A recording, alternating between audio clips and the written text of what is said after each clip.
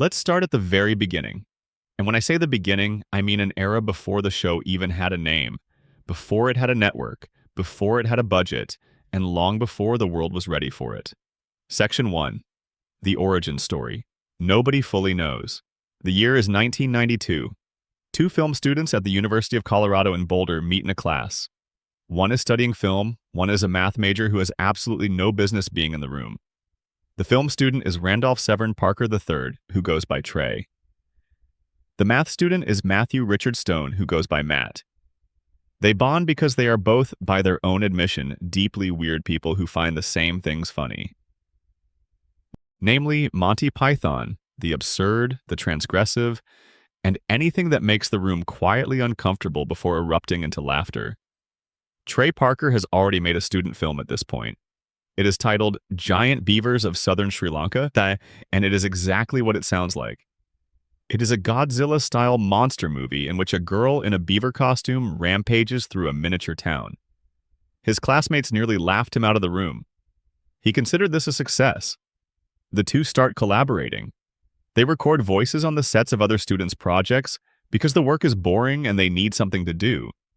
They discover that they share a voice for the ridiculous, a voice for the self-important, a voice for the kind of person who takes themselves far too seriously.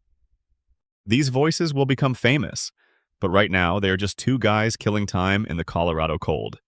In December of 1992, Parker and Stone make a short film for the end-of-semester student film screening. They call it The Spirit of Christmas.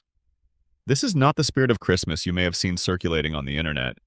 This is the first one, a slightly different beast. It features crude cutout animation, construction paper characters, and four boys who look suspiciously like the kids that would later populate a small Colorado mountain town. In this version, the boys build a snowman. The snowman comes to life. The snowman is evil. Jesus Christ appears to fight the snowman. It gets laughs at the screening and then essentially disappears into the Colorado snow. That one is not the one that changes everything, but it plants a seed. 3 years pass. Parker and Stone have graduated, moved to Los Angeles, made a deeply strange, low-budget horror musical called Cannibal the Musical, and are doing what every aspiring Hollywood filmmaker does in the mid-1990s, which is to say, not very much. They are broke. Matt Stone, at one point during this era, sleeps on dirty laundry for over a year because he cannot afford to buy a mattress. This is not a metaphor. In 1995, a Fox broadcasting executive named Brian Graden catches a screening of Cannibal, the musical, and is charmed enough by the two young filmmakers to make them an offer. He will pay them $2,000 to create a short, animated film. A video Christmas card, essentially. Something he can send to friends for the holidays. Parker and Stone take the commission. The actual budget for production comes to around $750. Parker and Stone pocket the difference, which at this point in their lives represents something close to a windfall. They go back to the world they created in 1992. They bring back the four boys. They bring back the Colorado snow. But this time, instead of Jesus fighting a snowman, they have Jesus fight Santa Claus. The disagreement is about who owns Christmas. Jesus believes the holiday is about his birthday. Santa believes it is about gifts and wonder. Neither of them makes a particularly compelling argument because mostly they just beat each other senseless in the snow while four foul-mouthed children watch. One of the boys dies. The Jewish boy's religious identity is established. In 5 minutes of crude construction paper animation, the entire genetic blueprint of what will become South Park is written. Graden sends the short to approximately 80 friends in December of 1995. One of those friends is rumored to be a young actor named George Clooney, who at this point is starting to become very famous, thanks to a medical drama on NBC. Clooney is reportedly so charmed by the short that he makes approximately 300 copies of it on VHS and passes them around Hollywood. Whether that number is exactly 300 is a subject of some debate, but the basic fact of Clooney enthusiastically spreading this underground cartoon is not. The short gets digitized. Someone puts it online. Remember, this is 1995 and 1996. Most people do not have reliable internet at home. Email is a novelty. Downloading a video file can take several hours on a good connection. And yet, this crude 5-minute construction paper cartoon becomes one of the very first viral videos in internet history. People huddle around office computers. They download files that take all night.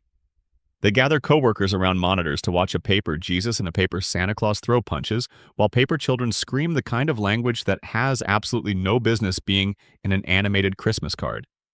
The thing spreads because people cannot stop showing it to each other, not because someone marketed it, not because an algorithm pushed it, because a crude little cartoon about Jesus fighting Santa for the soul of a holiday was the exact kind of thing that a person could not watch alone.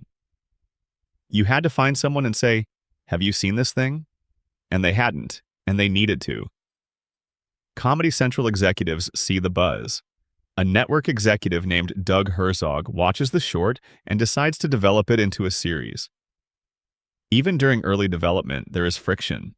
The first focus group that screens the pilot reportedly hates it so much that they recommend the network throw the entire concept in the trash. The network's president of programming, Eileen Katz, overrules the focus group. She later says in an interview with Variety that watching the pilot was one of those rare moments when the planets align, birds sing, and rainbows come out. This is a genuinely remarkable thing to say about a show whose first episode is titled Cartman Gets an Anal Probe, but she is not wrong. There is one more piece of the origin story worth knowing, and it is delightful. Parker and Stone, when offered a paltry $74 by Primus to compose the theme song, accepted. Actually, it was the other way around. Parker and Stone offered Primus $74 along with a copy of The Spirit of Christmas to compose the theme. The band took the job not because of the money or because they were certain the show would succeed, but because their frontman Les Claypool thought the animation was clever and figured it would make a good excuse to spend time in a recording studio experimenting. Nobody in that room thought South Park was going to last. And if you are watching this late at night, settle in because we are only getting started. Drop a comment below right now and tell me where in the world you are watching from and what time it is. It costs you nothing. It means a great deal. And honestly, I just want to know who stays up this late learning about construction paper cartoons. While you are down there, go ahead and subscribe if you have not. It genuinely helps. Now, let us go deeper. Section 2. The Pilot Episode. Secrets from the very first episode. On August 13th, 1997, at 10 o'clock in the evening on Comedy Central, a construction paper kid stands at a bus stop in a snowy Colorado town, and everything changes.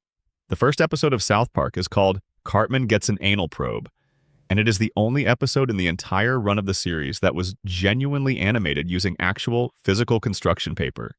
Every other episode that has followed in the nearly 3 decades since, even the ones that look like they were made with construction paper and glue, is produced digitally using computer software designed to mimic the handmade cutout aesthetic. But that pilot, that first 22 minutes, is the real thing. Real paper, real scissors, real glue. The kind of animation you could theoretically recreate on your kitchen table. This is important for a reason that goes beyond technique. The handmade quality of that first episode is the show's entire aesthetic identity, captured in physical form. It looks like children made it. It sounds like adults who have seen things they cannot unsee. That gap, the dissonance between the innocent visual style and the extremely not innocent content, is the entire joke and the entire point simultaneously. The pilot gets a Nielsen rating of 1.3, which translates to roughly 980,000 viewers. For a small cable network in 1997, this is considered enormous. The show is initially broadcast during prime time. After a wave of complaints from parents and advocacy groups, Comedy Central moves the show to midnight starting October 17th of that same year. The audience keeps growing. By the end of the first season, the ratings for one episode reach a 6.4. The show is setting cable records. But here is something about the pilot that most people do not know. The alien that appears in the episode, the gray-skinned extraterrestrial being that the boys encounter, and that drives the plot of the episode, is only the beginning of a tradition that would run quietly through the show's entire history. The animators, charmed by the idea of hiding something in plain sight, begin inserting an alien figure into subsequent episodes in places where the viewer has to actively search to find it. Behind a bush, in a crowd, on a poster, in a painting on someone's wall. This tradition begins with the pilot and extends forward, becoming one of the most beloved and obsessed over Easter eggs in the show's history. More on that in a moment. There is also the matter of George Clooney, the man who arguably played a significant role in spreading the spirit of Christmas short around Hollywood, makes a cameo in the 4th episode of the first season, Weight Gain 4000. He voices Stan's dog, Sparky. He has no lines, he barks. George Clooney, one of the most recognizable and acclaimed actors in Hollywood, agreed to be on South Park for the express purpose of barking as a gay dog. He later gets a slightly more prominent appearance in the South Park movie, where he plays the surgeon who attempts to save Kenny's life and ends up transplanting the boy's heart with a baked potato instead. Jay Leno, who at the time is one of the highest-profile television personalities in the United States, voices Cartman's cat in the Season 1 finale. He also has no meaningful lines. The joke that Parker and Stone keep returning to, the tradition they established with that first season, is that the bigger the celebrity, the smaller and more anonymous the role. Jerry Seinfeld, at the height of his fame, wanted to appear on South Park. Parker and Stone offered him the role of Turkey Number 2 in a Thanksgiving special. He declined. The pilot also establishes something that most first-time viewers miss entirely. In the opening scene at the bus stop, before anything strange or plot-related happens, there is already a visual joke built into the frame. The environment around the boys is meticulously normal. Small town, suburban, exactly the kind of place you would assume is boring. It is a visual promise. The show is making an offer to the viewer. This looks like nothing. It is going to be something. Come back next week. Comedy Central received enough mail about the pilot episode to understand that what they had was not going to go unnoticed. The Parents Television Council, an organization that would become something of a regular antagonist in South Park's ongoing story, immediately declared the show so offensive it should never have been made. Elementary schools in New Jersey and Georgia began warning parents about South Park content. A school in the UK told parents to ban their children from watching after a 1999 poll by NatWest Bank in which 8- and 9-year-old children named Eric Cartman as their favorite personality in children's television. Not favorite cartoon character, favorite personality, above real people. The headmaster of a Cambridge school publicly urged parents to intervene. And somewhere in the offices of Comedy Central, someone looked at the ratings numbers and the angry letters and quietly understood that one fed the other and would continue to do so for a very long time. Parker and Stone, for their part, recorded full audio commentary tracks for every single episode of the first season, intended for a DVD release. Comedy Central refused to include the commentary because it violated the network's standards.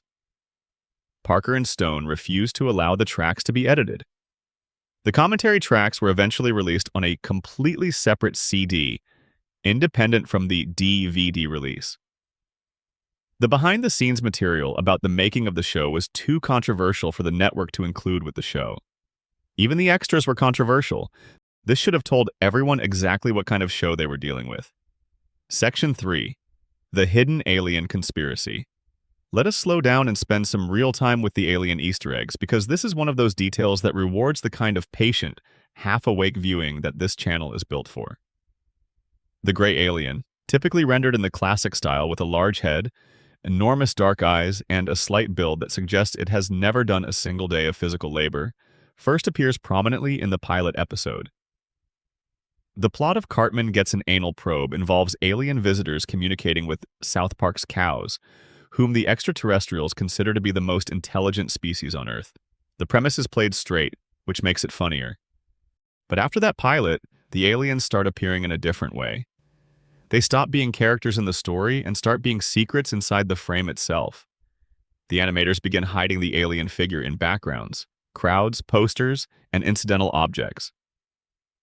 Behind a gun shop sign, in the crowd at a town meeting, lurking at the edge of a park, on a piece of money, inside a woman's clothing visible only for a frame or two, riding a ski slope in the background of a winter scene.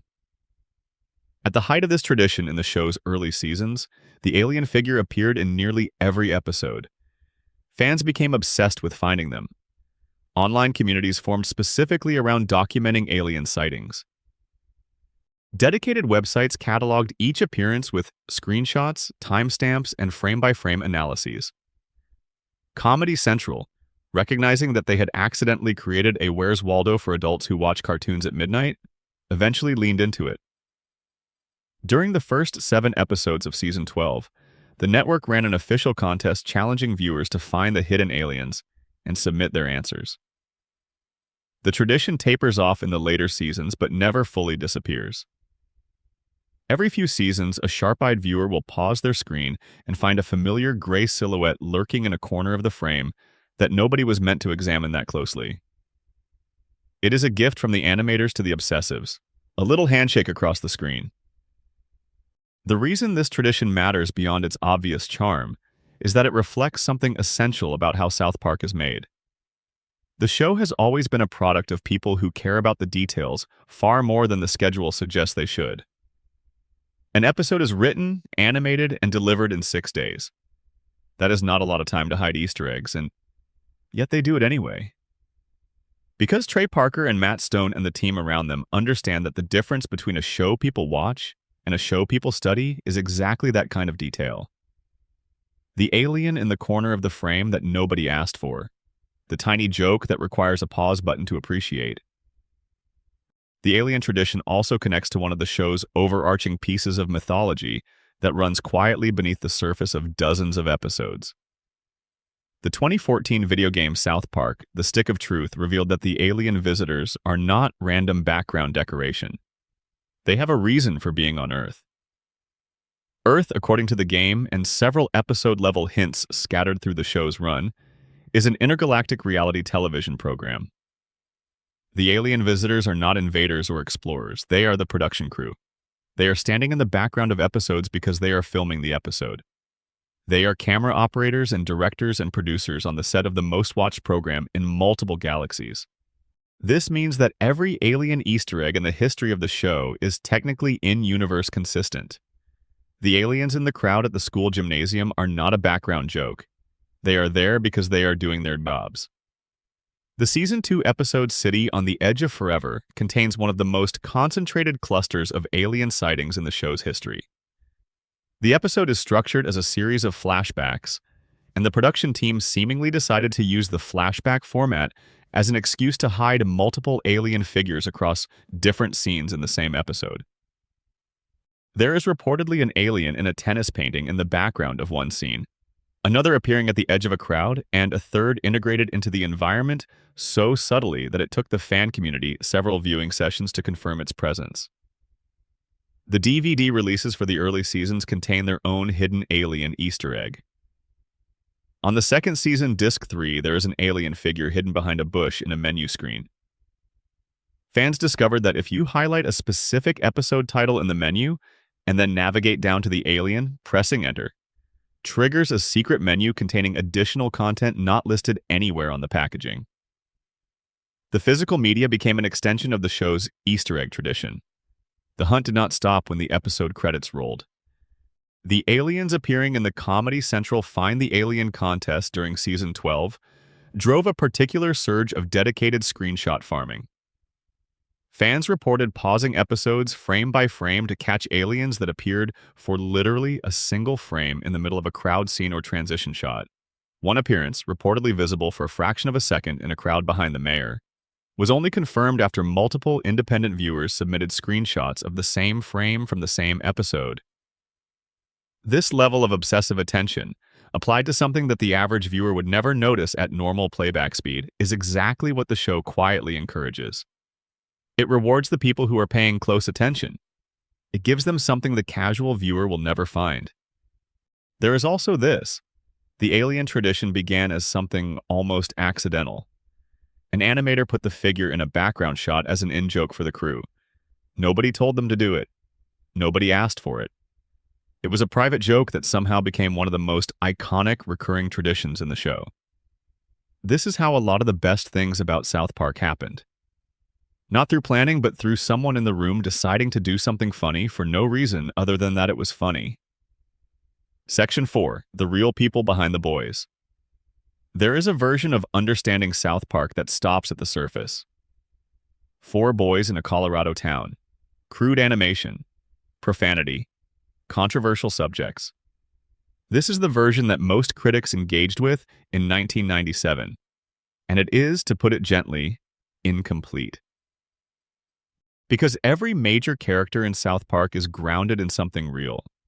Not in a way that makes the show a documentary, but in the way that the best comedy is always grounded, in specific observations about specific people doing specific things.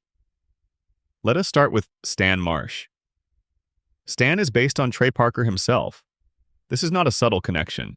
They share a birthday, October 19th. Stan's family dynamic, his slightly overwhelmed father, his loving but sometimes lost mother, his relationship with his older sister, who is somewhat terrifying, all of it reflects elements of Parker's own upbringing in the Colorado mountains. Parker has said that writing Stan is the closest he comes to writing autobiography on the show. When Stan is horrified by something, when Stan looks directly at the camera with the expression of a person who cannot believe this is the situation they are currently in. That is Parker's face. That is Parker's horror. Kyle Broflovsky is based on Matt Stone. Kyle is Jewish. Matt Stone is Jewish. Kyle's parents are named Gerald and Sheila. Matt Stone's parents are named Gerald and Sheila. This is not a coincidence. Stone has said that Kyle represents his own perspective, his own internal moral compass, his tendency to find himself arguing for decency in a world that keeps doing indecent things. When Kyle gives one of his end-of-episode speeches about what we have learned, that is the closest the show gets to speaking with one direct authorial voice. And that voice belongs to Matt Stone as channeled through a construction paper third grader in a green Ushanka hat. The Kenny situation is more layered. Trey Parker had a childhood friend whose name was also Kenny.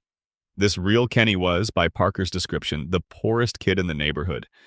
He wore an orange parka that covered most of his face and made him difficult to understand. He skipped school fairly frequently. When he would disappear for a few days, the other kids would jokingly say that Kenny had died. And then he would show back up, alive and perfectly fine, and the joke would reset.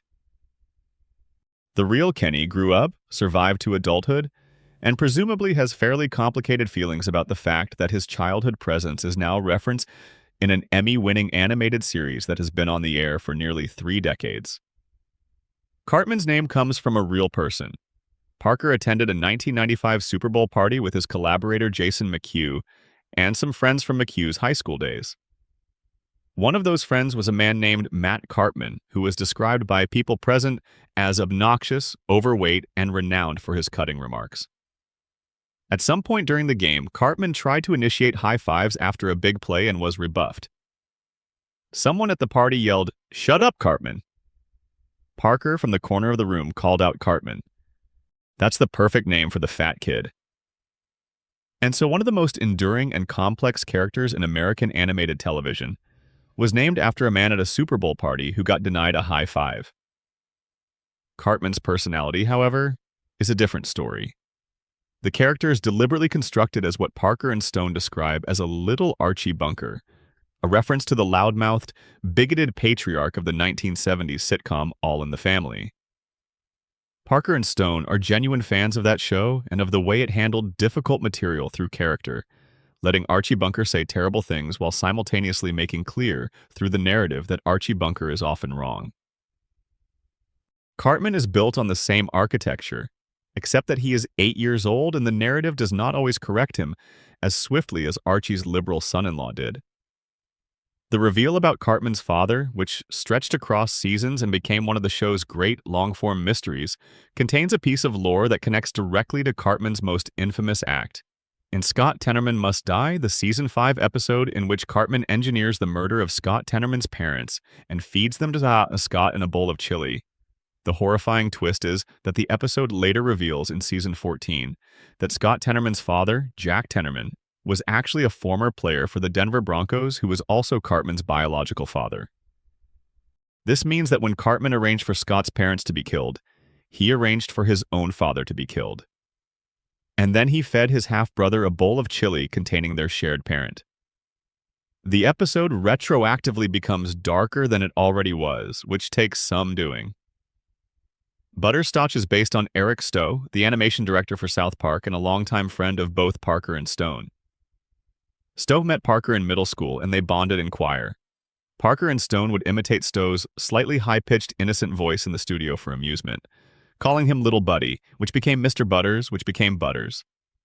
When Stowe first became aware that a recurring character was based on him, he was reportedly uncertain how to feel about it. He has since made peace with the situation and appears to appreciate that the character became one of the most beloved in the show's history. Cartman's mother, Leanne, shares a name with Trey Parker's ex-fiancé. Her full name is Leanne Adamo. Parker and Stone were engaged before the show began. The relationship ended before the show went to air. Parker named the character after her. The character of Leanne Cartman is defined by the show almost entirely in terms of her promiscuity and her inability to set appropriate boundaries with her son. Parker used the name in an even earlier project as well, a 1993 film called Cannibal the Musical, where a character's horse is named Leanne and runs away repeatedly to let other people ride her. The real Leanne has apparently taken all of this in stride, which suggests either enormous grace or an excellent sense of humor, or both. Mr. Mackey, the school guidance counselor with the McKay catchphrase and the inexplicably oversized head, is based on a real school counselor from Parker's own childhood. Parker has said in interviews that the real-life inspiration used to walk the hallways saying McKay at the end of every sentence. This was the first voice Parker ever developed, an impression of an authority figure whose defining characteristic was an empty filler phrase he could not stop deploying. That guidance counselor may or may not be aware that he is the reason a South Park character has been saying McKay for nearly 3 decades. Mr. Garrison, the boy's teacher who undergoes multiple dramatic personal transformations across the show's history, including gender reassignment, reversion, a period as a presidential stand-in for Donald Trump, and an eventual return to teaching, is based on 2 of Parker's own educators.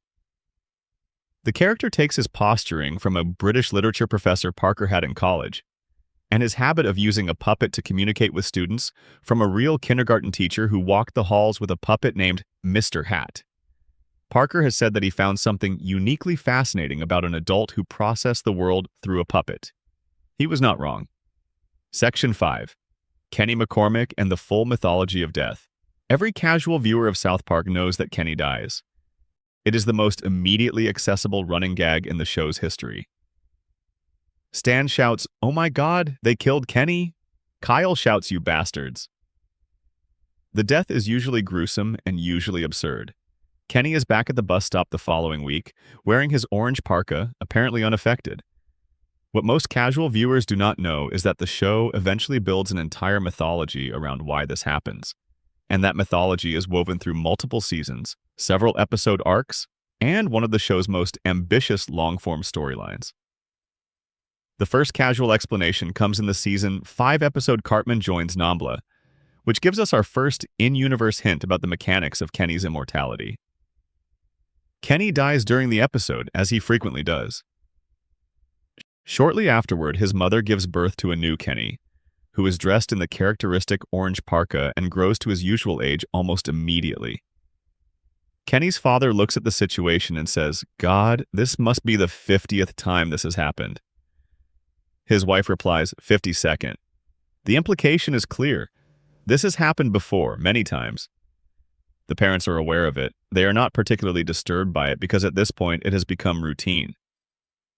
The deeper explanation comes later, in the Season 14 trilogy of episodes centered on Cartman's superhero persona, the Coon, and his antagonistic relationship with the other children's superhero team, Coon and Friends. In this arc, it is revealed that Kenny has been operating as a masked superhero called Mysterion. And Mysterion's superpower, his genuine, actual, in-universe ability that distinguishes him from all the other children playing dress-up, is that he cannot die permanently. The Mysterion episodes are remarkable for what they do to our understanding of Kenny. For the first time, we hear Kenny speak clearly and at length. His unhooded voice is thoughtful, principled, and profoundly tired. He is a 10-year-old who has died more than 100 times. He wakes up in his bed after each death, fully aware of what happened, retaining all his memories. Nobody else remembers. Every death is completely forgotten by everyone except Kenny himself, who must carry the weight of every single one of them forward. In Mysterion Rises, Kenny confronts his friends Stan and Kyle about this directly. He tells them that he dies all the time. He asks them if they understand what that means. He gives them a demonstration. They immediately forget. The forgetting appears to be supernatural, woven into the mechanics of whatever curse or gift or cosmic accident governs Kenny's immortality. Cartman, interestingly, is the only character who has periodically acknowledged that Kenny dies all the time without being subject to the amnesia. One theory among fans holds that this is because Cartman received one of Kenny's eyes as a transplant in a Season 3 episode, giving him a literal piece of Kenny's perspective. The root of the immortality is revealed in the same arc. Kenny's parents, we learn, used to attend meetings of a cult of Cthulhu. H.P. Lovecraft's great cosmic entity, the tentacled, incomprehensible being that drives mortals to madness, is a background presence in South Park mythology. Kenny's parents were not true believers. They attended the meetings for the free alcohol. But the attendance was apparently enough to create a supernatural connection between Kenny and forces beyond normal human understanding. Every time Kenny dies, his soul returns to his mother, who becomes pregnant, gives birth to a new Kenny, and the new Kenny grows to his current age almost overnight while retaining all his previous memories. His mother, Carol, at one point mutters under her breath that she knew they should never have gone to those stupid cult meetings. It is the most matter-of-fact response to the revelation that your family's casualness about Cthulhu worship has cursed your son with agonizing immortality that has ever been recorded in animation. The total death count for Kenny across the full run of the series, including the opening titles where he has died 9 separate times across different intro versions. The video games and the episodes themselves reaches somewhere north of 126 deaths as of detailed fan counts through the early 2020s.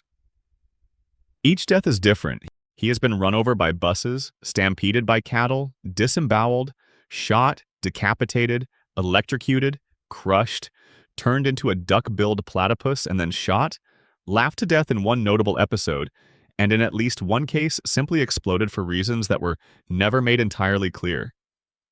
The Season 5 episode Kenny Dies is the show's extended meditation on what it means to treat the death of a child as a joke. In the episode, Kenny is diagnosed with a terminal illness, muscular dystrophy. He does not die in a flash of violence. He dies slowly in a hospital bed, while his friends and the adults around him react with the full range of human responses to impending loss. Cartman responds by lobbying Congress in favor of stem cell research, not out of concern for Kenny, but because he has a plan to use stem cells for his own personal benefit. The episode is played almost entirely straight. It is one of the most genuinely moving things the show ever produced. Kenny dies at the end. For once, it is not funny. He stays dead through most of Season 6, appearing instead as a presence that haunts the other characters in various ways. His ashes, at one point accidentally mixed with chocolate milk powder by Cartman, are consumed by Cartman, leading to Kenny possessing Cartman's body and speaking through him across several subsequent episodes. This is technically how Kenny maintains narrative presence during his absence. He literally lives inside his closest frenemy for an extended period of the show's run. Kenny returns at the end of Season 6 in the episode Red Sleigh Down, appearing at the bus stop as if nothing happened. Stan and Kyle greet him with nothing more than, "Oh, hey, Kenny." The show never explains his return. The joke is that it does not need to. Everyone in South Park has always known this would happen. They just forgot while it was happening. Section 6. The theme song and the story of $74. Everything about the South Park theme song is a story of happy accidents and slightly desperate improvisation, which makes it a perfect metaphor for the show itself. Parker and Stone needed music for their pilot. They were two young guys with very little money who had just gotten their big break on a small cable network. They needed a theme. When they sat down to work on the pilot together, they would put on music in the room to help them think. The problem was that they had different tastes. Trey liked certain things. Matt liked other things. The only band they could both agree on without argument was Primus, the eccentric California trio known for their odd time signatures, their funky bass work, and their frontman, Les Claypool's unmistakably strange vocal style. Primus was unusual. Primus was weird. Primus was the kind of band that sounded like it came from a slightly different planet, which is to say it was a natural choice for a show about four boys who lived in a town where aliens visited regularly and the school counselor had an enormous head. Parker and Stone approached Claypool about writing a theme. The offer included $74 and a copy of the Spirit of Christmas short. Claypool, to his credit, did not turn them down. He brought the project to Primus as a whole. The band had recently acquired a new drummer and was looking to use studio time. The commission was essentially a free excuse to experiment. Claypool wrote the theme using a wamola, a custom percussive one-string bass instrument of his own design, inspired by the washtub bass of American folk music. The song Primus recorded was 40 seconds long and written at a tempo. Claypool felt suited the material. He and the band handed it over, felt reasonably good about it, and moved on. Comedy Central listened to the theme. Comedy Central decided the theme was too slow. This is where things get slightly complicated. Primus was on tour. They did not have time to go back into the studio and re-record the song from scratch. Claypool's management, operating on behalf of the band, told Comedy Central to take the song as delivered, or not at all. They were not particularly diplomatic about this. Matt Stone, unwilling to lose the theme song he had built the audio identity of the show around, decided to solve the problem himself. He went to where Primus was playing a concert, not to a meeting, not through agents or lawyers. He went backstage at the venue in Irvine, California, found Claypool in person, and told him directly that they needed a new version. Claypool said he was on tour and could not go into a studio. Stone, presumably demonstrating the kind of creative problem-solving that would later see him produce an episode of television in 6 days every week for years, proposed a solution. Speed up the existing recording. Claypool could re-record just his vocals. The solution was elegant in its simplicity. The original Primus recording was fed into Pro Tools and compressed, speeding up the tempo while preserving the tonal quality. Claypool then re-recorded his vocal part to match the new speed. He did this, not in a studio, but into a handheld tape recorder reportedly backstage at a concert. One account places the re-recording at Fiddler's Green Amphitheater in Colorado. Another says it was at a show in Irvine. The details vary slightly depending on who is telling the story, but the outcome is consistent. Claypool sang into a small tape recorder, handed the tape to someone from the South Park crew, and they took the vocals back to be mixed into the finished track. The version you hear during the closing credits of every South Park episode is the original, slower recording. The version that opens the show, that rattling, propulsive, slightly manic theme that feels like it is being played by someone who had too much coffee and is slightly annoyed about it, is the sped-up version with the re-recorded vocals. The theme has been remixed several times across the show's history. There was a period around seasons 6 through 10 where a slower bluegrass version of the song was used, performed by Les Claypool without the rest of Primus during the band's temporary hiatus. This version features banjo, fiddle, harmonica, acoustic bass, and a washboard, and it is genuinely beautiful in a weird way that matches perfectly with the image of a small Colorado mountain town. There was later a version built around the wamola, the same custom instrument Claypool used to write the original. The character of Les Claypool also appears in the original South Park opening sequence for the first 4 seasons, walking through the town of South Park and playing an acoustic bass guitar while singing the theme. He is rendered in the show's signature style, wearing a white hat with a red trim, sunglasses, and a red long-sleeved shirt. When the opening sequence was updated for season 4 and onwards, Claypool's walking figure was removed from the animation, but his voice and his instrument remain in every version of the theme that has followed. A small additional detail about the theme that rewards careful listening. The 4 main boys each sing a line of the theme song. If you listen closely to the different versions of the intro over the course of the show's history, the content of what they sing changes. And if you are watching with the captions on, the lyrics of what each boy is singing are visible. What they are singing is not suitable for general audiences.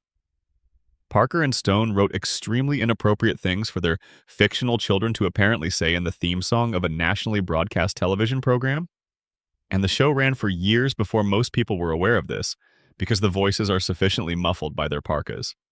Section 7. The Real South Park, Colorado and its Secrets. There is a real South Park in Colorado. This is not widely known outside of the state, and even within Colorado, it is primarily associated with the show rather than the actual geography.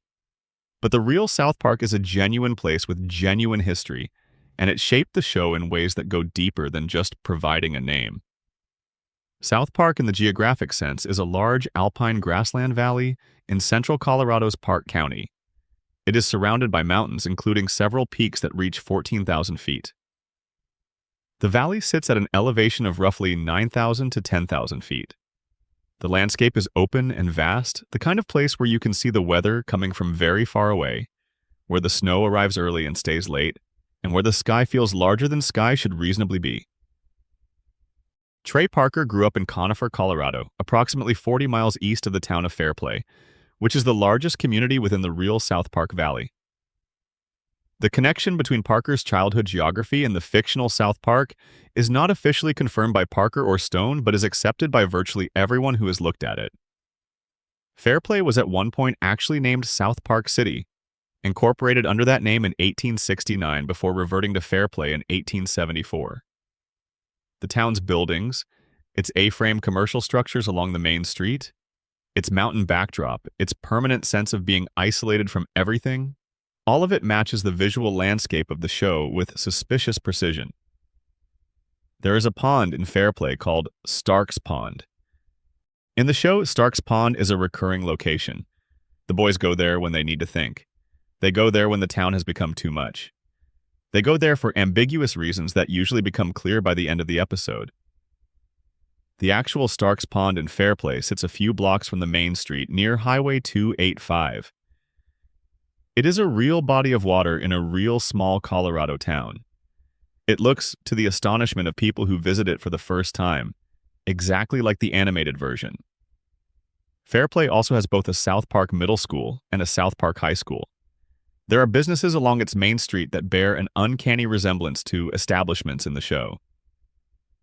The Java Moose Cafe in Fairplay is widely believed to be the real-world version of Tweek's Coffee, the coffee shop owned by Tweek's parents in the show, where Tweek himself is perpetually over-caffeinated and anxious. The resemblance between the two establishments is not subtle. Parker has said in interviews that the real South Park area was well known in Colorado for supernatural tall tales, UFO conspiracy theories, and alien abduction stories that circulated among locals. This is, of course, perfect. The show's mythology of alien visitors, government conspiracies, and paranormal events has a genuine roots in the cultural atmosphere of the region Parker grew up near. The show's fictional aliens are funnier because there are real people in real Colorado counties who take the extraterrestrial possibilities of their corner of the state quite seriously. Casa Bonita, the Mexican restaurant in Denver that features a waterfall, cliff divers, cave exploration, and entertainment that somehow manages to be more overwhelming than all of those individual elements would suggest, appears in multiple South Park episodes. In the Season 7 episode Casa Bonita, Cartman schemes to have Butters declared dead or missing so that he can take Butters' spot at a birthday party held at the restaurant. The real Casa Bonita is a genuine Denver landmark and is exactly as chaotic and excessive as the show depicts. In 2022, Parker and Stone discovered that the real Casa Bonita was facing bankruptcy and closure. They bought it. This is not a joke. The creators of South Park, who have been lampooning and celebrating the restaurant for years, spent what is reported to be over $3 million restoring it to operation because they genuinely wanted it to survive. A documentary about the restoration, titled Casa Bonita Mi Amor, was produced. Parker and Stone's fondness for the specific absurdity of Casa Bonita is not a bit. They genuinely love it, and they put their own money into keeping it alive. The Cave of the Winds is a real Colorado attraction in Colorado Springs. It appears in the show during the season 10 episode Hell on Earth 2006, where characters become trapped in a cave with geological formations that are described in terms that cannot be reprinted here. The real Cave of the Winds offers genuine cave tours and has been a Colorado tourist destination for generations. The show's relationship with its real geographic roots is one of the things that gives it a specific, grounded quality that distinguishes it from animated series set in generic fictional spaces. South Park, the town, is invented, but South Park, the landscape, the altitude, the cold, the smallness, the particular way a mountain community feels isolated and self-contained, is real. Parker grew up breathing that air. It is in the show in ways that no writer could fully fabricate. Section 8, the hidden names, the background jokes, and the details that reward pausing. There is an episode in the early seasons of South Park called Clubhouses. In it, the boys compete to build the most impressive clubhouse. Cartman and Kenny build an elaborate structure that attracts a pair of teenage runaways. One of the runaways is wearing a shirt. If you pause the episode and zoom in on the shirt, it reads DVDA. This is the name of Parker and Stone's music project, a band named after a specific adult film act whose full name cannot be printed here, and which we strongly advise against searching for in any professional setting. The shirt exists in a children's cartoon. Nobody asked for it. It is there for the crew and for the obsessives and for anyone who pauses at exactly the right moment. In the season 11 episode D-Yikes, Mrs. Garrison visits a bar called Les Beaux. Les Beaux is pronounced in the French manner, suggesting something cultured and refined. The establishment's street address is visible in the episode. The number is 13280. Type this into a calculator and hold it upside down. It reads LEZBO. This joke exists entirely in the form of a building number that most viewers will never pause long enough to read. In the season 4 episode Something You Can Do With Your Finger, Randy Marsh has a dramatic reaction to discovering his son. Kyle is starting a boy band. He throws his head back and screams an anguished no. The sound effect used for this scream is not original. It is a specific audio clip sourced from Star Trek. First Contact, the 1996 film in which Captain Jean-Luc Picard delivers the same anguished outcry. The audio is edited slightly, but the origin is unmistakable to anyone familiar with the film. It requires not just pausing, but listening carefully, which is to say it requires the kind of viewer who has watched First Contact recently enough to have the audio committed to memory. Parker and Stone count on the existence of such viewers. The South Park movie Bigger, Longer, and Uncut contains a hospital scene in which the emergency room staff are visible alongside a sign listing various medical assignments. One of the listings instructs a doctor to disembowel Kenny, despite the fact that Kenny has not yet died in the scene. The actual Easter egg, however, is a smaller detail on the same sign. A listing reads Kill Bond, attributed to a Dr. Numb. This is a reference to the 1962 James Bond film Dr. No, in which the villain Dr. No is a man whose ambition is literally to kill James Bond. The joke is layered. It requires awareness of the South Park movie, the hospital scene, the sign, the Dr. No assignment, and the 1962 Bond film to fully land. It is built for the person in the back of the cinema who is reading every prop. In the first episode of Season 4, Kenny goes online for the first time. He is immediately flooded with instant messages. If you slow the episode down and pause through the torrent of messages scrolling across the screen, you can read them individually. Among the messages, help me, Helava, get a life. And in what is either a deliberate reference to the viewer or an accidental moment of fourth wall dissolution, are you reading these? The messages are written as if someone on the production team knew exactly who would pause this episode. The show makes repeated, semi-hidden references to Parker and Stone's other films throughout the series. The 1997 film Orgasmo, which Parker stars in as a devout Mormon who inadvertently becomes a pornographic film performer, and then a porn-themed superhero, is referenced in multiple background details across the early seasons. The film performed poorly at the box office, and the references feel like Parker and Stone quietly insisting that the movie exists and deserves attention. There is also a shirt visible in the Clubhouse's episode bearing the letters DVDA, referenced above, which is the name of Parker and Stone's music project, and constitutes an in-joke for the people who were there for all of it from the beginning. The Season 6 episode Cartmanland contains one of the more elaborate hidden jokes in the show's history. Cartman inherits $1 million from his grandmother and uses it to buy the local amusement park, intending to keep it entirely for himself. The park's admission policy throughout the episode becomes increasingly complicated and eventually impossible to follow. If you pay attention to the specific rules being posted and then modified over the course of the episode, the sequence of rule changes follows a mathematically precise logical pattern that eventually leads to a conclusion about the nature of exclusivity and the ways in which restricting access to something increases its desirability. This is a fairly sophisticated economic and philosophical argument embedded in what appears to be a running joke about a fat kid who does not want to share his roller coaster. Section 9. The Tolkien Retcon and the Greatest Gaslight in Television History. In February of 2022, South Park aired the season 25 episode titled The Big Fix. The episode contained what became one of the most discussed moments in the show's recent history, a masterclass in using a retcon as a comedic device and a social commentary simultaneously. The character, who had been known for over 20 years as Token Black, the only black student at South Park Elementary until Nickel Daniels was introduced much later in the show's run, is revealed to have a different name. His name is not Token. His name has never been Token. His name, it turns out, is Tolkien, after the author J.R.R. Tolkien, whose Lord of the Rings novels are beloved by Tolkien's father Steve. Stan discovers this during a dinner with the Black family.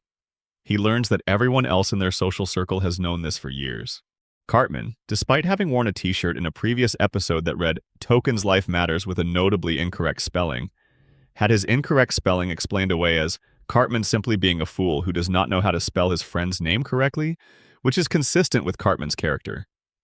Stan's reaction to learning that he has been calling his black friend by a name rooted in tokenism for their entire friendship, without ever stopping to question whether a child's parents would actually name their son Token, is to have a full existential crisis about his own unconscious biases.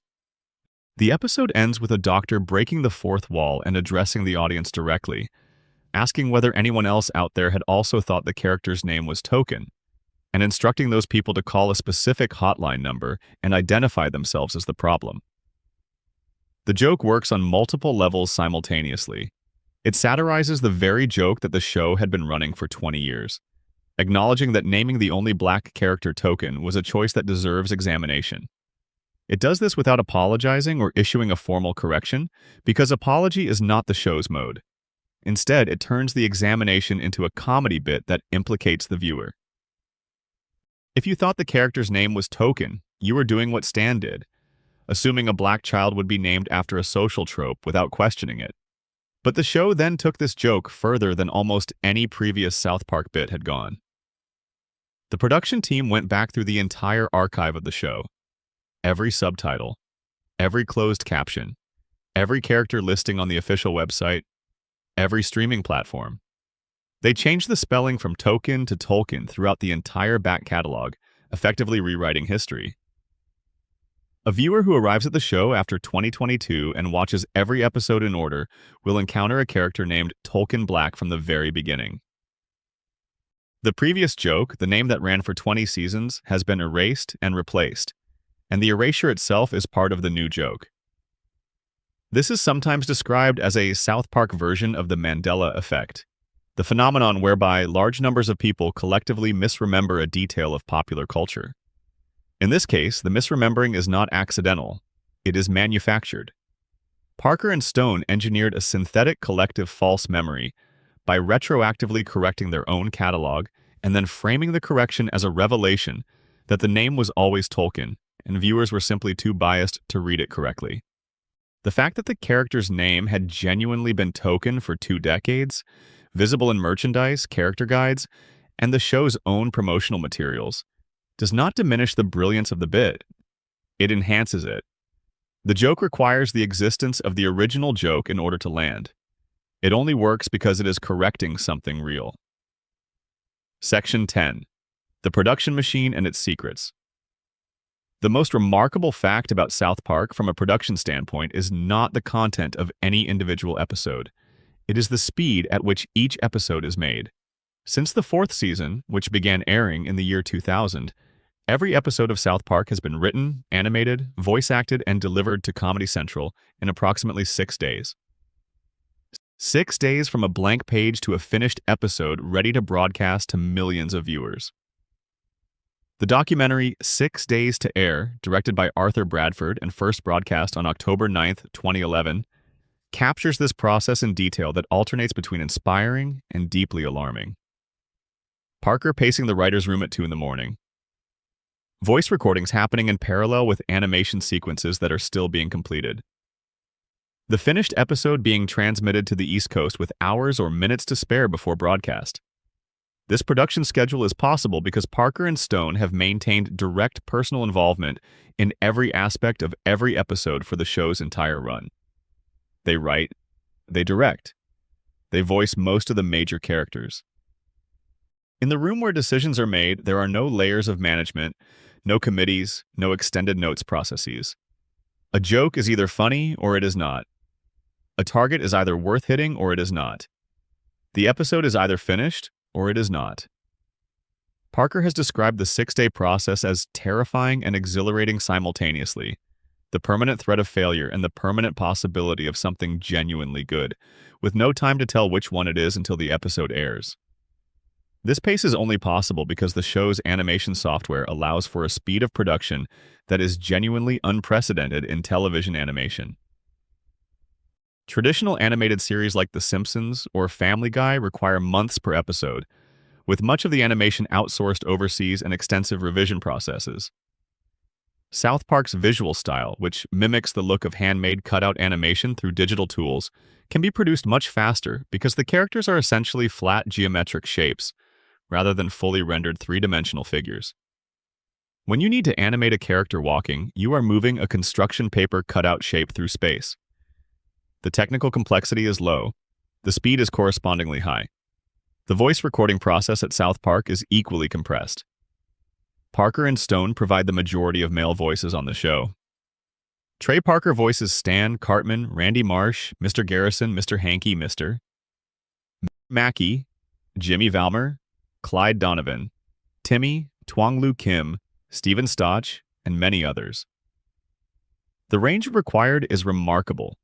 These are not variations on the same voice. They are distinctly different characters with distinctly different speech patterns, emotional registers, and comic timing. Matt Stone voices Kyle, Kenny, Butters, Craig Tucker, Gerald Broflovsky, Stuart McCormick, Jimbo Kern, Tweak, Terrence, and Saddam Hussein, among others. Stone's version of Saddam Hussein, which appeared frequently in early seasons as Satan's needy and manipulative boyfriend, is one of the stranger pieces of voice work in the show's history. It is a broadly caricatured impression of a genocidal dictator performed for comic effect in a cartoon about children.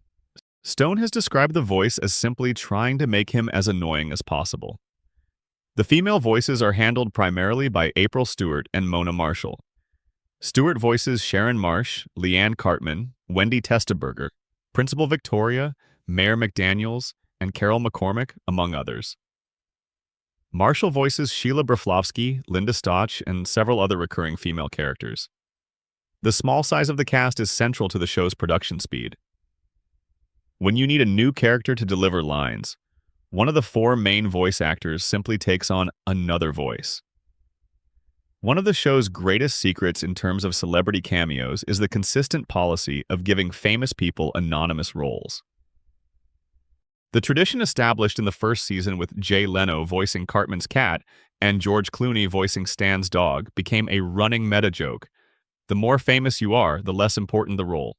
Radiohead, the British rock band, appeared in the Season 5 episode Scott Tenorman Must Die, one of the most revered episodes in the show's history. They appear as themselves at a chili festival and react to Cartman's elaborate revenge scheme. Their role in the episode is not incidental. It is the payoff for the entire 22 minutes. The band Korn appeared in a Season 3 Halloween episode titled Korn's Groovy Pirate Ghost Mystery, voiced by their actual members, in a plot that is deliberately structured as a Scooby-Doo parody. Robert Smith, the frontman of The Cure, appeared in the Season 2 episode Mecha Streisand and defeated the giant Barbra Streisand robot. Joe Strummer of The Clash appeared in the Season 4 episode Cherokee Hair Tampons alongside Cheech and Chong, whose joint appearance in that episode marked their first collaborative work together in approximately 20 years. The 24 production company sent Parker and Stone a physical prop after the show aired a parody of the action series in season 11. The parody episode involved Cartman playing a Jack Bauer-style agent dealing with a fictional suitcase bomb. The 24 producers sent a note alongside the prop, addressed to Matt and Trey, that read, "Here's a snook of your very own." Parker and Stone have cited this as one of their favorite pieces of fan mail in the show's history. Section 11. The facts that break the fourth wall. South Park's most sophisticated move, the one it has been pulling since the end of its first season and has never fully stopped performing, is commenting on itself from inside itself. The Season 6 episode of Very Crappy Christmas, despite its holiday framing, is really a love letter from Parker and Stone to their own origin story. In the episode, the boys decide to lift the town's Christmas spirits by making an animated film. The process they go through, the arguments about content, the technical challenges, the frantic rush to finish before a deadline, mirrors exactly what Parker and Stone went through, creating the spirit of Christmas in 1992. The episode is Parker and Stone recreating their own creative origin myth in the language of the show that Origin Myth produced. The Season 23 episode Basic Cable features a character named Scott Malkinson who has his own fictional show within a show. At the end of the episode, an advertisement appears for streaming rights to the Scott Malkinson show, and it includes a real phone number. If you called the number during the episode's original run, you were connected to a recording of Trey Parker's voice, offering increasingly absurd pricing tiers for fake streaming rights to fictional shows, including The Scott Malkinson Show, Tegrity Farms, and PC Babies, all of which were running storylines in that season. The phone number was a genuine fourth-wall Easter egg that required you to pause your television, write down a number from a fictional advertisement, and dial it. Parker and Stone built an entire audio performance specifically for the people who would do exactly that. The commentary tracks for episodes 200 and 201, the two-part season 14 storyline that led to genuine death threats and significant security concerns for Parker, Stone, and Comedy Central, are among the strangest pieces of South Park content in existence. Parker opens the commentary by saying they made the episode as intended and sent it in. A long silence covers almost everything else. Stone says, "Yeah, that is pretty much it." Throughout the commentary, the central religious figure at the heart of the controversy is never referred to by name. He is called the prophet of the Muslim faith or described through other careful phrases. The commentary tracks are themselves a performance of the censorship they were protesting. By saying almost nothing, Parker and Stone say everything about what happened. The show has used its own theme song and opening sequence as a canvas for hidden jokes throughout its run. The boys each sing a line of the theme in different seasons. In early seasons, the words the boys are actually singing are audible if you listen carefully enough. The content is, predictably, completely unsuitable for children's television. This is a joke that existed inside the theme song of a nationally broadcast program for years before most people noticed it. There is a scene in the South Park movie that contains one of the most elaborate layered Easter eggs in the show's history. When Kenny is rushed to hospital after being injured early in the film, the emergency room sequence shows a board listing various medical assignments. The board includes an instruction to prepare Kenny for a specific procedure, predicting his fate before it has actually occurred in the narrative. Elsewhere on the same board, an instruction reads, "Kill Bond," attributed to a doctor number, the James Bond reference, layered on top of the Kenny reference, layered inside a sequence that most viewers experience as a brief transition scene before the next musical number begins, is a joke built for the single viewer who pauses the film and reads every prop on the wall. The episode Scott Tenorman Must Die contains within it a sequence that rewards rewatching from the very beginning with knowledge of the ending in mind. Cartman's elaborate scheme to serve Scott Tenorman a very specific bowl of chili is presented throughout the episode as if it is a sudden revelation at the climax. But on second viewing, the foreshadowing is present in almost every scene.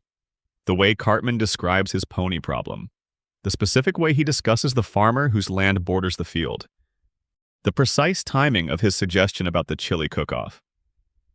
The episode was written to work as both a surprise and an inevitability simultaneously, which is one of the hardest things to achieve in comedy writing.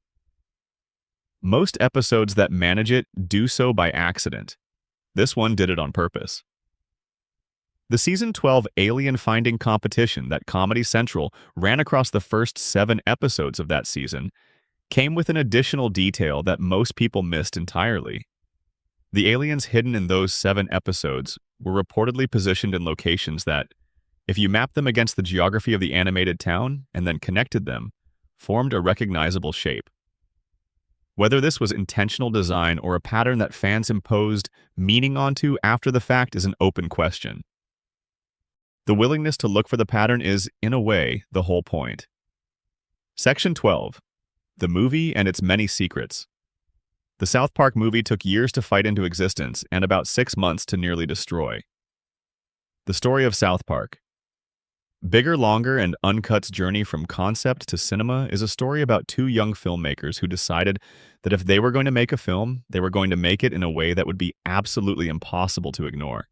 Even if that meant being rejected 6 times by the ratings board, negotiating endlessly with a major studio, and hiding a joke about the title in plain sight of everyone who approved it. Development on the film began during the first season of the show, around January of 1998. Parker and Stone signed a deal with Comedy Central that included both continuing the television series and developing a feature film. One of the few non-negotiable conditions they placed on the deal was that the film needed to be rated at least R, not PG-13.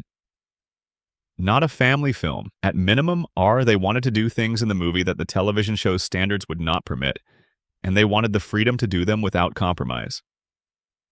Paramount Pictures, which was distributing the film, apparently sent an inquiry through the appropriate channels asking whether Parker and Stone had considered making the movie accessible to a wider audience. Matt Stone later described their response in an interview as using the studio's budget to build an elaborate gesture of defiance aimed directly at the ratings board. This is a reasonable summary of what followed. The film was submitted to the MPAA for a rating and returned with an NC-17. The MPAA, whose rating system assigns NC-17 to content deemed appropriate only for adults and which functionally limits a film's commercial distribution by excluding it from many theaters and marketing channels, looked at the first submitted cut and decided it exceeded what an R rating could encompass. Parker and Stone made cuts. They resubmitted. NC-17 again. They negotiated further. They cut more. NC-17 again. This cycle repeated 6 full times before the MPA. They finally issued an R rating. The critical detail in this negotiation is that 399 instances of strong language were apparently the maximum the film could contain while still receiving an R rather than an NC-17. Whether this threshold was a formal MPAA policy or an informal understanding reached through the negotiation process is somewhat unclear. But Parker and Stone operated according to this understanding, and the finished film contains exactly 399 counted instances. The precision of stopping at 399 when 400 would allegedly have changed the rating is either the most disciplined piece of censorship navigation in Hollywood history or the most deliberately provocative counting exercise in animation. Possibly both. The film is a genuine musical. This is sometimes forgotten in discussions about its controversies, but it is a Broadway-caliber musical with original songs, full orchestration, reprises, callbacks, a love story, and a villain number. The song La Resistance, which serves as the film's musical climax, is constructed as a deliberate homage to the Les Miserables production number of the same structural type, a gathering of voices and themes building toward a unified statement. Parker wrote it with that reference in mind. It is technically sophisticated in ways that reward careful listening. The song Blame Canada, which was nominated for an Academy Award for Best Original Song, satirizes the specific American tendency to blame foreign media for domestic problems. The Oscar ceremony that year required a performance of all nominated songs. Robin Williams performed a carefully edited version of Blame Canada at the Academy Awards. This means that the Academy of Motion Picture Arts and Sciences had, at their most prestigious annual ceremony, a song about blaming Canada for children's misbehavior, performed by one of the most beloved entertainers of his generation. The song shared the stage with nominations from films that were decidedly not about animated children starting a world war over strong language. Parker and Stone attended the ceremony. They wore ball gowns. Stone wore a replica of the lavender dress Jennifer Lopez had worn to the Grammys earlier that year. Parker wore a pink dress inspired by the gown Gwyneth Paltrow had worn when she won her Best Actress Oscar the previous year. They have subsequently confirmed that they had taken a recreational substance before the ceremony. So, the picture is this. The creators of an Oscar-nominated animated film about censorship hypocrisy, wearing ball gowns in an altered state at the Academy Awards, representing a film whose title is a layered joke that every person who approved it somehow did not fully register until it was too late to change. This is real. It happened. Jack Valenti, the president of the MPAA, later said he regretted issuing the film an R rating and wished it had received an NC-17. This statement came after the film had already grossed over $83 million worldwide and become the highest-grossing R-rated animated film of all time, a record it held until another animated film claimed it in 2016. Valenti's retrospective wish that he had been more restrictive with a film that had become a significant commercial success is, in its own way, a perfect statement about the nature of institutional efforts to control creative content. The film's depiction of Saddam Hussein as the villain in a supernatural relationship became one of its most discussed elements. In 2006, while the real Saddam Hussein was on trial for crimes against humanity, Matt Stone told journalists that the United States military had been screening the film for the detained former leader as a form of psychological disruption. Stone presented this not as confirmed fact, but as a rumor he had heard through unspecified channels. Whether any version of this is true has never been verified. The fact that it was considered plausible enough to be widely reported that a construction paper cartoon about animated children going to war might have been used in the psychological management of an actual war criminal on trial for actual crimes is a sentence that requires sitting with for a moment. The film also contains, in the hospital scene that follows Kenny's near death, a sign on the wall that attributes a specific assignment to a Dr. No, instructing that doctor to eliminate Bond. This is a reference to the 1962 James Bond film, in which Dr. No is a villain whose stated ambition is exactly that. The joke exists inside a prop list that most viewers experience as background scenery. It requires the viewer to be reading the walls rather than watching the characters. It is built specifically for the person who does that. Section 13. The South Park video games and their hidden universe. The South Park video games, particularly The Stick of Truth from 2014 and its sequel, The Fractured But Whole from 2017, function as extended love letters to the show's mythology and contain Easter eggs that connect to the television series in ways that reward both dedicated players and long-term viewers. The Stick of Truth, developed by Obsidian Entertainment in close collaboration with Parker and Stone, makes official several pieces of mythology that had been left deliberately ambiguous in the television show. The alien visitors, who had appeared as Easter eggs for nearly 2 decades of episodes, are given a specific narrative role. The game reveals and expands upon the show's quietly running theory that Earth is an intergalactic reality television program. The visitors in the backgrounds of episodes are literally the production crew of this broadcast. Their presence in every corner of the animated town is not random. They are there because they are working. The game also establishes a more detailed map of the show's recurring supernatural elements: the small creatures who steal undergarments, the woodland critters, the various supernatural entities who have appeared across the show's run, all exist within a consistent internal logic that the game articulates more explicitly than the show itself ever did. For a viewer who has watched every episode and wondered whether the show's mythology adds up to anything coherent, the game offers a partial answer. It adds up to this game, which is also not a complete answer, but it is more of an answer than existed before. The Fractured But Whole, the sequel, builds on the universe established by its predecessor, while examining the superhero film genre with a thoroughness that required Parker and Stone to have watched and cataloged a substantial number of superhero productions. The game's observations about corporate superhero franchise management are both funnier and more precise than many critical analyses of the same subject. Both games include Easter eggs that reference specific episodes, specific moments within episodes, and specific details of the show's production history. The character of Clyde, whose background emotional volatility is a running gag in the show, plays a narrative role in both games. The alien visitors appear in both games using the same semi-hidden Easter egg tradition established by the television show. Cartman's superhero persona is expanded into a full character arc, with motivations and history that extend and complicate what the television show established. The games also contain audio details that reward playing with headphones at a reasonable volume.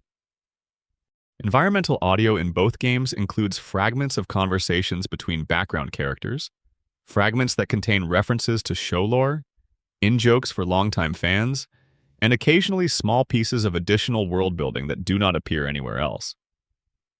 The teams building the games clearly considered the sound environment as carefully as the visual one. Section 14. Randy Marsh, the show's hidden protagonist. There is an argument to be made that Randy Marsh, Stan's father, is the actual central character of South Park's later seasons. This argument has been made by fans, critics, and Parker himself in various interviews, and the case for it is genuinely strong. Randy began the show as a background parent. His defining characteristic in early seasons was that he was Stan's dad, and he was a geologist, a specific professional detail that set him apart from the other parents in the show's world. He had a recognizable scientific discipline. He could be called upon to provide expert commentary on natural disasters. These were not especially promising comedic foundations. But something shifted across the show's middle seasons. Randy began to expand. He became the adult most likely to make any situation worse.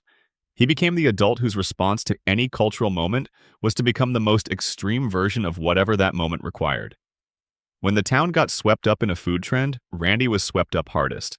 When the town developed a political opinion, Randy held it loudest and most incorrectly. When a sporting rivalry heated up, Randy found himself fighting someone's father in the parking lot. The Season 8 episode, The Losing Edge, is one of the show's most admired episodes, and it is almost entirely about Randy's arc. The boys' Little League baseball team keeps deliberately losing their games because they do not want to play baseball anymore.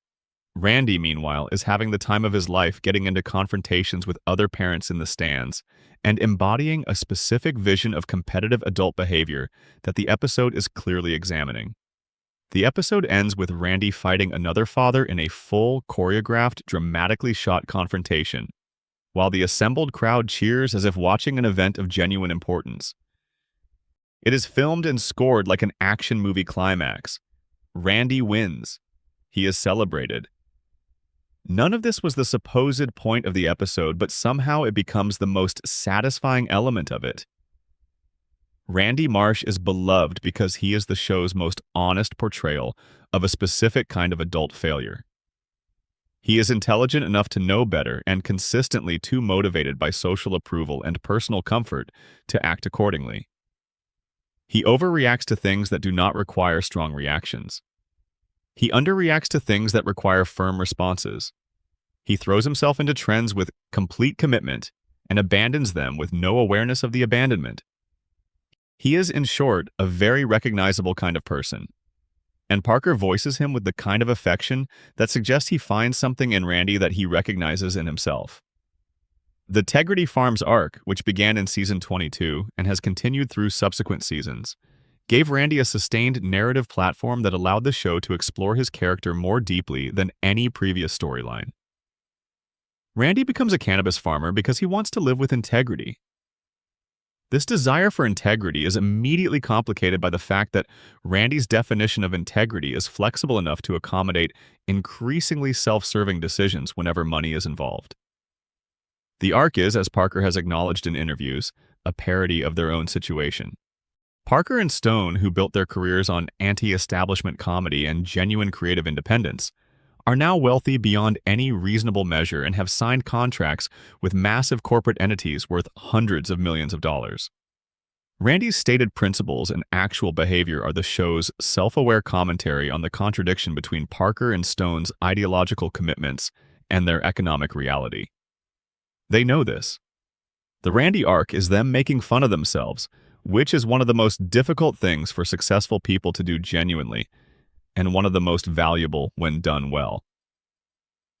Section 15. the episode that changed what South Park could be.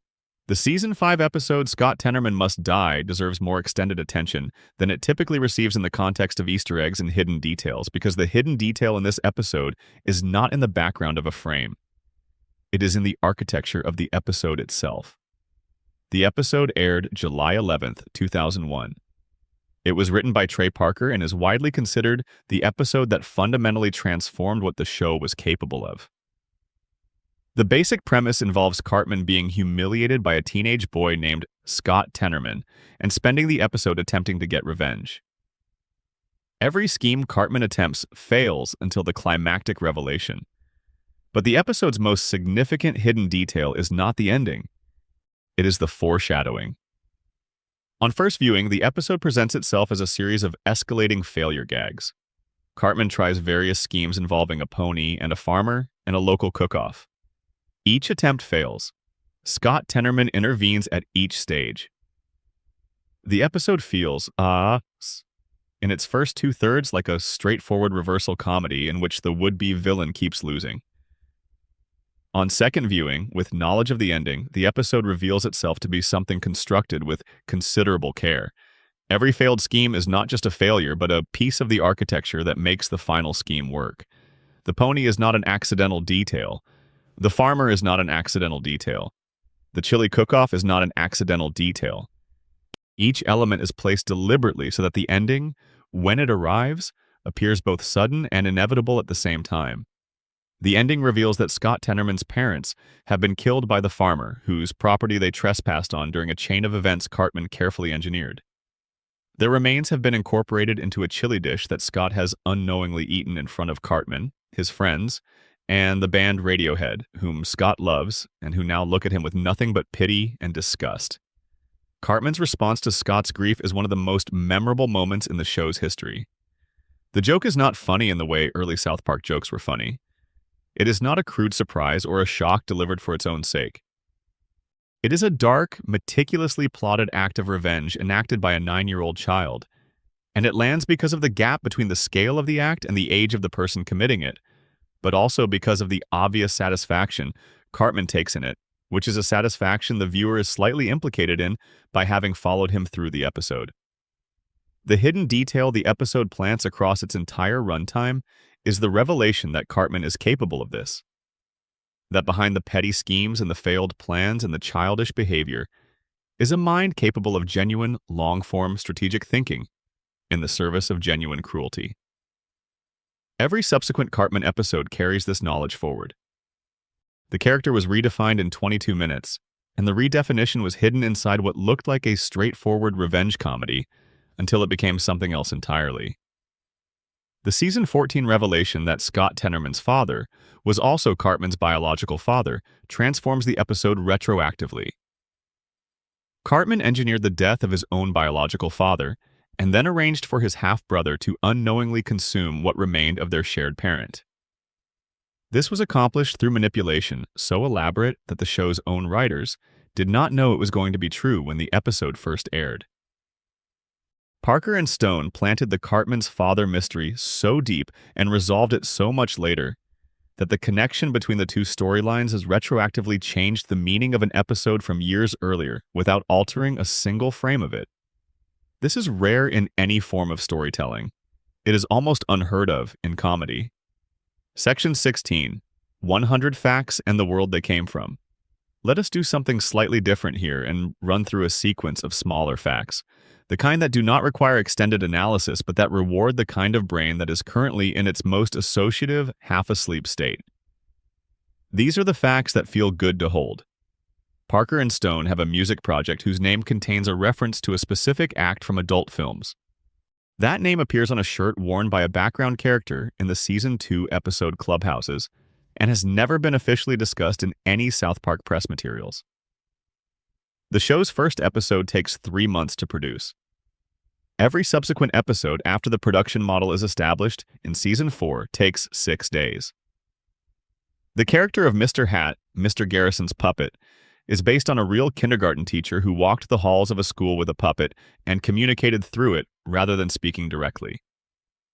The original version of the South Park theme song, as recorded by Primus, is the slower version that plays during the end credits. The faster version played over the opening titles is the same recording artificially sped up. Primus was offered $74 to compose the theme song. Les Claypool re-recorded his vocals for the theme song into a handheld tape recorder backstage at a concert venue. Stan Marsh and Trey Parker share a birthday, October 19th. Kyle Broflovsky's parents are named Gerald and Sheila. Matt Stone's parents are also named Gerald and Sheila. Cartman's name comes from a man at a Super Bowl party named Matt Cartman, who was denied a high five after a big play. Butters is based on animation director Eric Stowe, whom Parker met in middle school choir. Leanne Cartman is named after Trey Parker's former fiancée. Mr. Mackey's distinctive catchphrase is lifted directly from the verbal habits of a real school counselor Parker had as a child. The pilot episode is animated with actual physical construction paper. Every other episode in the show's history is produced digitally. George Clooney voiced Stan's dog in Season 1, Episode 4. Jay Leno voiced Cartman's cat in the Season 1 finale. Jerry Seinfeld was offered the role of Turkey No. 2 in a Thanksgiving special and declined.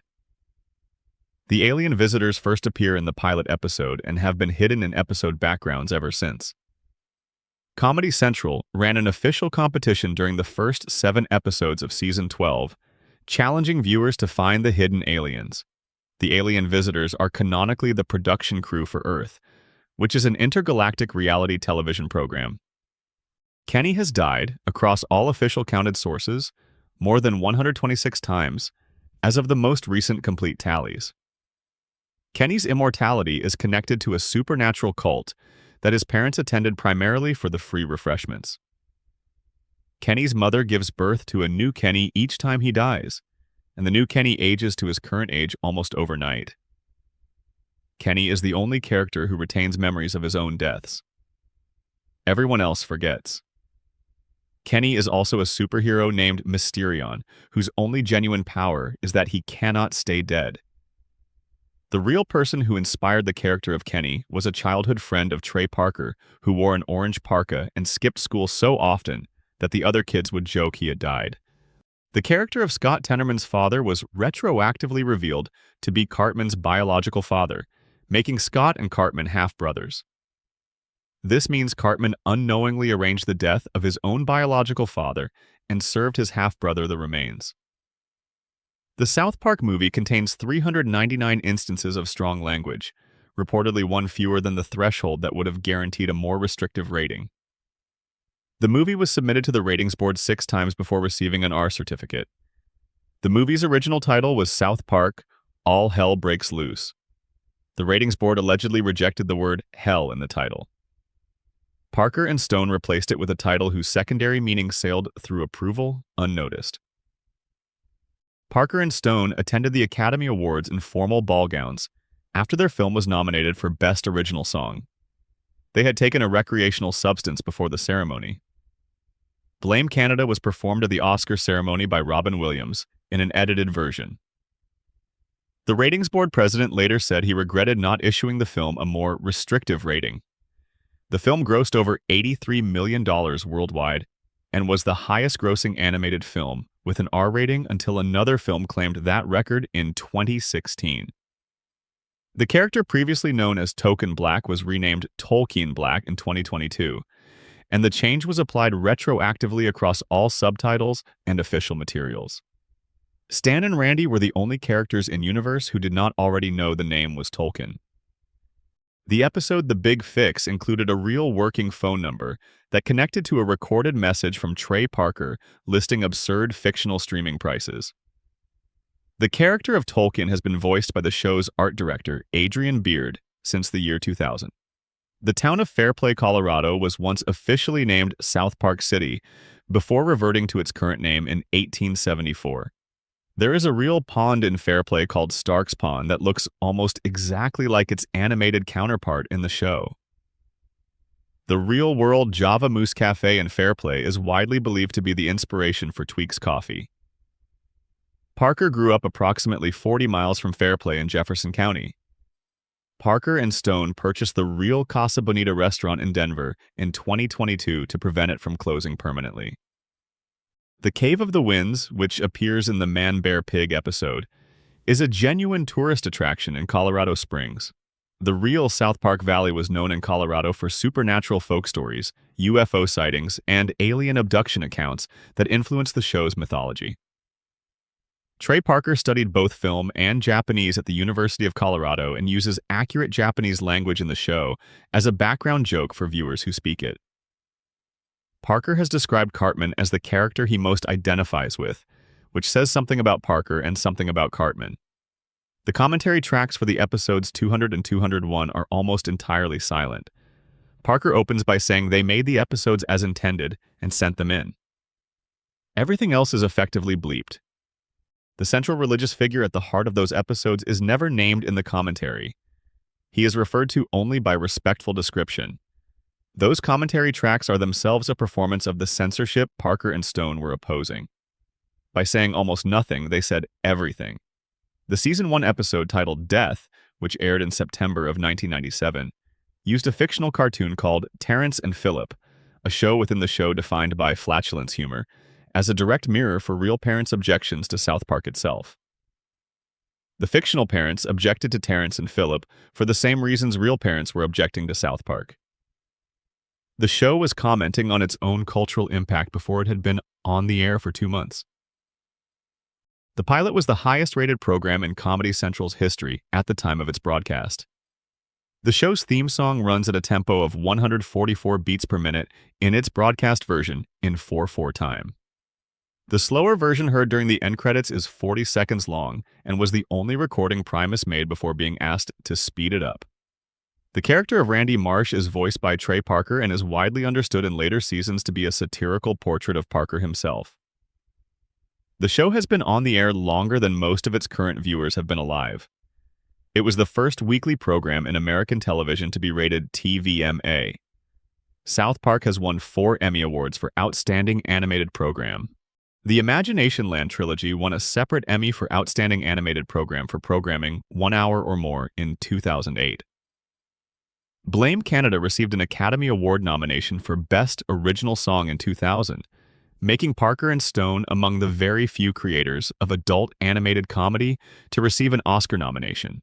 The show's production budget per episode is low enough relative to its cultural impact that the profit margins are widely described as extraordinary by industry observers. Parker and Stone voice most of the show's characters themselves, collectively providing the majority of named performances across more than a quarter-century of episodes.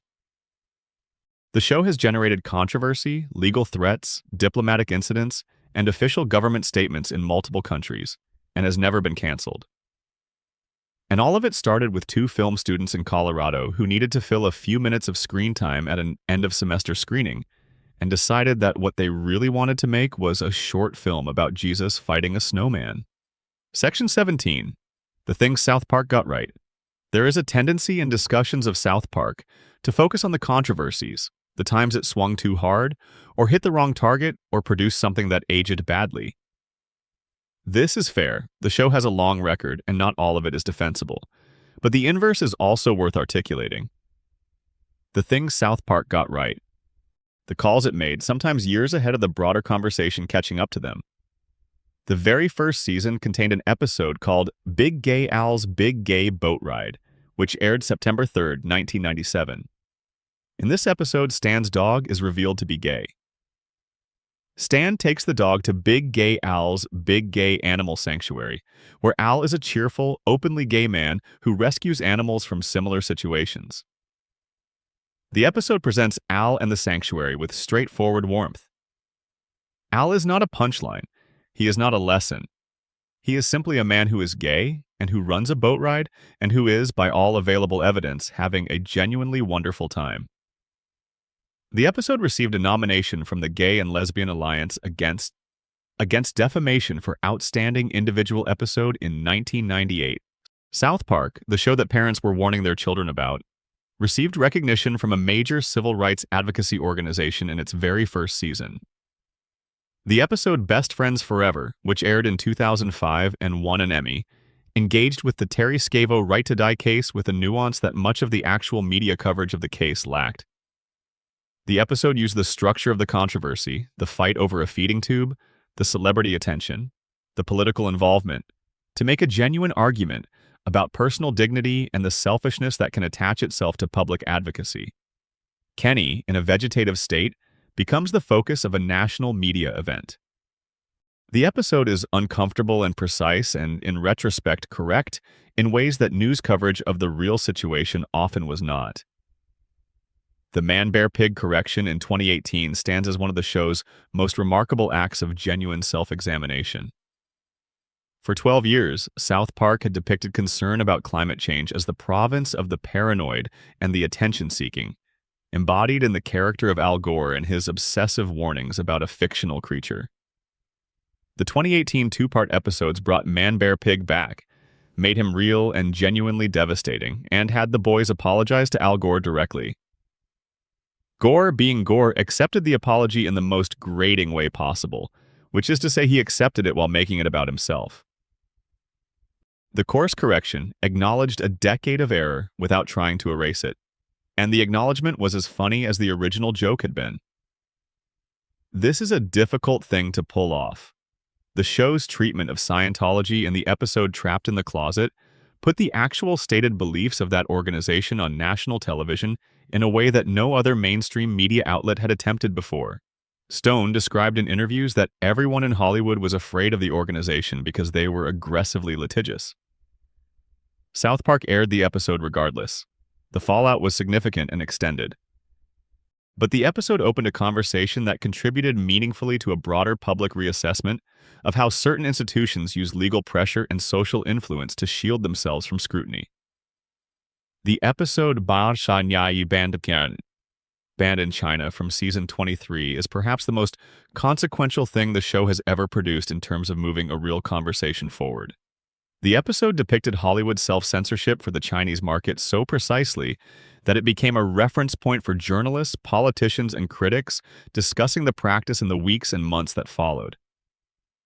The show made people look directly at something they had been trained not to notice and gave them a vocabulary for describing it.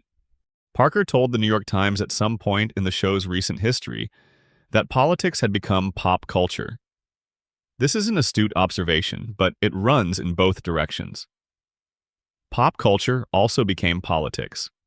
A construction paper cartoon about 4 children in a Colorado mountain town has been, across nearly 3 decades, one of the clearest mirrors the culture has had for looking at itself. Not always comfortable, not always accurate, not always fair, but persistent, attentive, and deeply unwilling to pretend that the absurdities of the present do not deserve to be named. Section 18. The architecture of the show and what holds it together. There is a structural fact about South Park that is easy to state but difficult to fully appreciate, which is that the show operates simultaneously as a topical comedy responding to events in near real time, a serialized character drama with decades of accumulated history, a philosophical debate about the nature and limits of satire, and a vehicle for two people's genuine creative vision that has been maintained without meaningful compromise for nearly 30 years. Most shows can sustain one or two of these registers. South Park maintains all 4 in any given episode and has done so consistently enough that viewers have come to expect it, which is its own kind of achievement. The topical register is made possible by the 6-day production schedule and Parker and Stone's willingness to start from nothing every single week. The serialized character drama is made possible by the accumulated weight of decades of episodes and the small team of people who have been involved from the beginning and carry the show's internal history with them. The philosophical debate is made possible by Parker and Stone's genuine intellectual engagement with the questions the show raises, their willingness to change their positions when evidence demands it, and their equally genuine commitment to not taking anything too seriously, including the philosophical debate itself. The personal creative vision is made possible by a level of creative control that almost no other showrunners in American television have maintained for this length of time. The show's internal consistency, despite its deliberately floating timeline and its willingness to reset anything that needs resetting, is maintained primarily through character. The boys do not age, the town does not change fundamentally. The specific geography of relationships between characters, Cartman's animosity toward Kyle, Kenny's resigned acceptance of his situation, Stan's exhaustion at the world's collective foolishness, Butter's inexhaustible optimism, Randy's spectacular failures at self-awareness, all of these remain legible and consistent from season to season, even when the plots themselves are impossible to reconcile. This consistency is why the show can afford to do episodes that seem to contradict its own established facts. The floating timeline means that continuity errors are tolerated, but the emotional and relational continuity is maintained so precisely that viewers accept the factual inconsistencies without losing the thread. You know where you are in a South Park episode within moments, because the characters' voices and relationships orient you immediately. The town may change, the plot may be impossible, the rules of the universe may be suspended, but Cartman sounds like Cartman, and that is enough. The show has produced, across its run, a set of recurring philosophical positions that are articulated and then re-examined and then refined over decades. The position on political correctness shifts from early mockery of activist language to a more nuanced treatment of that same territory in later seasons. The position on climate change shifts from years of dismissal to a direct correction and apology. The position on racial representation evolves from the relatively unexamined early choices to the elaborate, self-implicating meta-comedy of the Tolkien name change episode. These are not the movements of a show that is merely reactive. They are the movements of a creative enterprise that takes its own contradictions seriously enough to address them directly, even when addressing them requires admitting that a position held for over a decade was simply wrong. And underneath all of this, running through every hidden alien and every background joke and every carefully counted line of dialogue and every character named after a real person who once failed to get a high five at a Super Bowl party, there is a consistent vision of what the world is and how it should be treated. Think for yourself. Do not follow crowds. Do not let fear make your decisions. Do not take yourself so seriously that you cannot laugh at the situation you are in. Do not protect the powerful at the expense of the honest. These are not complicated ideas. They are the ideas that the most effective comedy has always been built on.